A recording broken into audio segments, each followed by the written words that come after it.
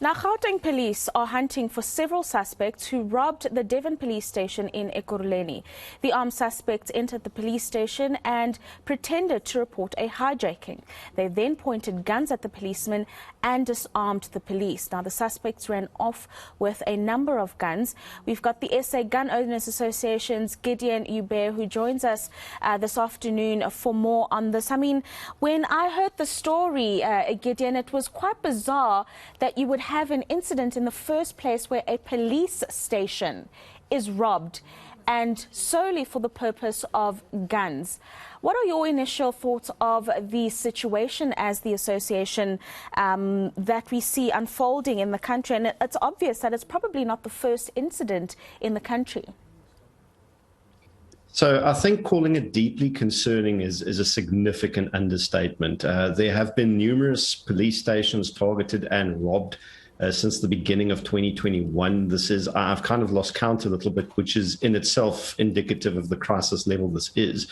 What is bitterly ironic is that the organization, the SAPS, who are constitutionally mandated to secure the citizens of the Republic and their property against crime and violence, are themselves failing very miserably at securing their own stations against crime and are being specifically targeted. And I don't want to sound hyperbolic, but I think this possibly represents one of the most serious threats against public safety and national security at present.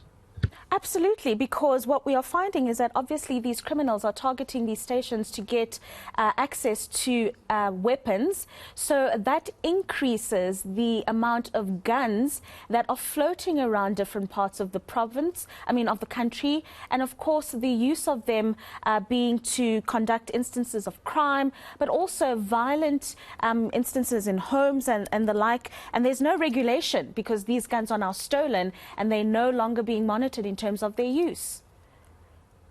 So what's equally concerning about this, and Mark Shaw details this in his excellent book, Give Us More Guns, is that the criminal underworld now consider the state to be the single biggest and best and easiest supplier of arms and ammunition. I mean, the SAPS lost about 10% of all their firearms being reported as lost or stolen over the past 2 decades. Since 2016, there were 9.5 million rounds of ammunition that have gone missing out of SAP's custody.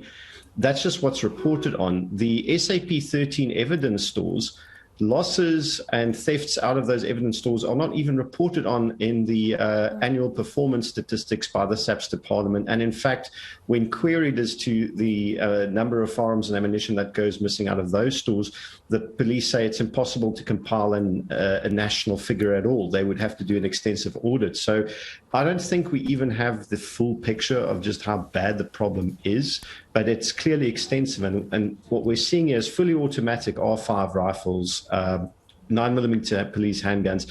These things are being used in, apart from other things, cash and transit heists, but they're also ending up in the hands of zamazamas. They might be fueling political violence. They might be used in hits. You're dealing with significantly different types of firearms that are now being leaked or stolen or sold to criminals. And we're not 100% sure either as to the scope of criminal infiltration, corruption, the SAPS, and what impact that's having, for example, on these robberies. Yeah. I mean, as an association, you've looked at the current situation and you've just described to us how dire it actually is. But you are saying that there are solutions that can be approached by SAPS. What do those look like?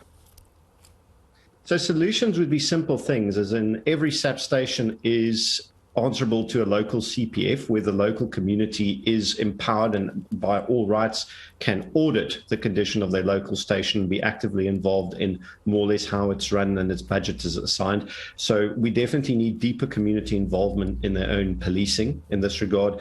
There needs to be far-reaching reform in the SAPS from top to bottom. It is plagued by corruption and criminality. It's one of the most criminally infiltrated state institutions to an alarming rate, and there needs to be a far-reaching intervention. If that fails, then ultimately all that's left is to shut this organization down and federalize policing and devolve it down to local community level. It is that concerning.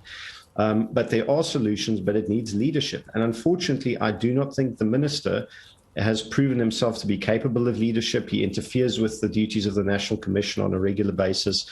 And just as a last note, what worries me is public figures like Bekitsele, amongst others, keep telling us that ordinary citizens don't have the right to own guns for self-defense in South Africa, that it's an invalid reason. But not only do we need those to protect ourselves against criminals, at the rate guns are being stolen from police stations, people need to protect themselves against criminals armed by the government, either through negligence or on purpose.